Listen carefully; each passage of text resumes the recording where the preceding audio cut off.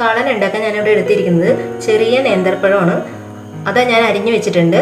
പിന്നെ ഒരു മുറി തേങ്ങ, 1/2 ടീസ്പൂൺ മുളക് പൊടി, 1/4 ടീസ്പൂൺ മഞ്ഞൾപ്പൊടി, 1/4 ടീസ്പൂൺ ജീരകം, അതേപോലെ തന്നെ 1/4 ടീസ്പൂൺ കുരുമുളക് എടുത്തിട്ടുണ്ട്. 2 ഇതള് വേപ്പില, അത് അരക്കാൻ നേരത്ത് ഇടാൻ വേണ്ടിയാണ് 2 ഇതള് വേപ്പില എടുത്തേക്കണത്.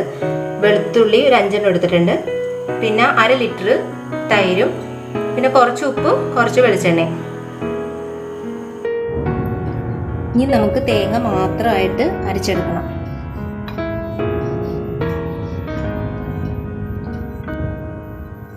കുറച്ച് വെള്ളം ഒഴിച്ച് അരച്ചെടുത്താൽ മതി, അധികം വെള്ളം ഒഴിച്ച് അരക്കരുത്.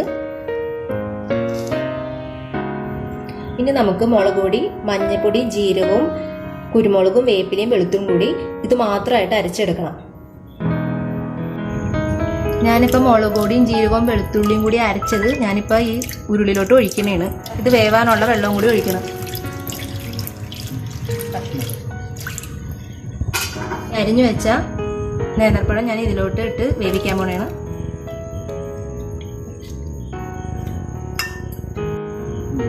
ഇത് നമുക്ക് അത്യാവശ്യം ഉപ്പ് ഇതിലോട്ട് ചേർത്ത് കൊടുക്കാം.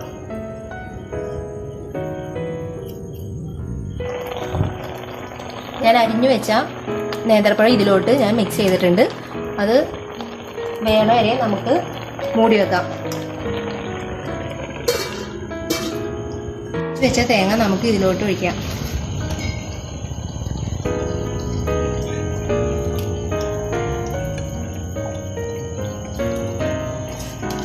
കുറച്ച് നേരം നമ്മൾ ഒരു 5 മിനിറ്റ് നമുക്കിങ്ങനെ ശരിക്കും നന്നായിട്ട് ഒന്ന് ഇളക്കി കൊടുക്കണം.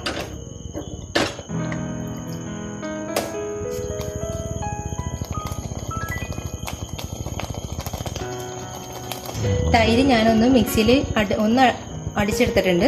അത് ഞാൻ ഇതിലോട്ട് ഒഴിച്ചു കൊടുക്കണേണ്.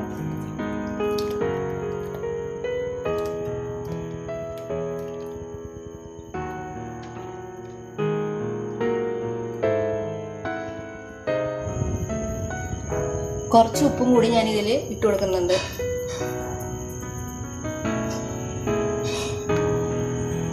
നമ്മളൊന്ന് ഇളക്കി കൊടുത്തോണ്ടിരിക്കണം. അധികം തിളക്കണ്ട. ഒന്ന് തള വരുമ്പോൾ തന്നെ ഇത് ഓഫ് ചെയ്ത് കൊടുക്കണം.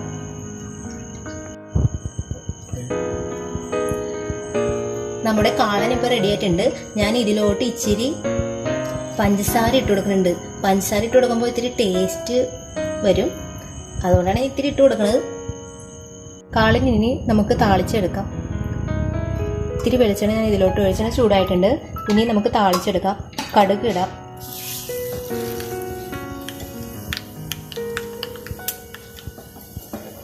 കുറച്ച് ഉലുവയും കൂടി ഇട്ടിടാം.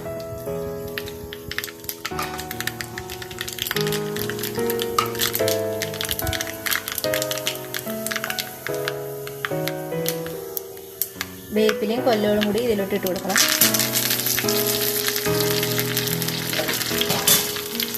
എന്നിട്ട് നമുക്ക് കാലിലോട്ട് ഒഴിച്ചു കൊടുക്കാം.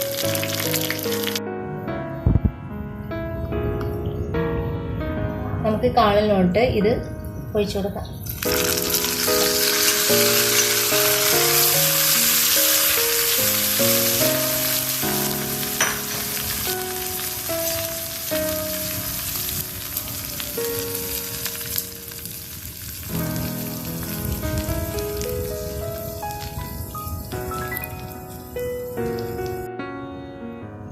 നമ്മുടെ കാളൻ ഇവിടെ റെഡി ആയിട്ടുണ്ട്.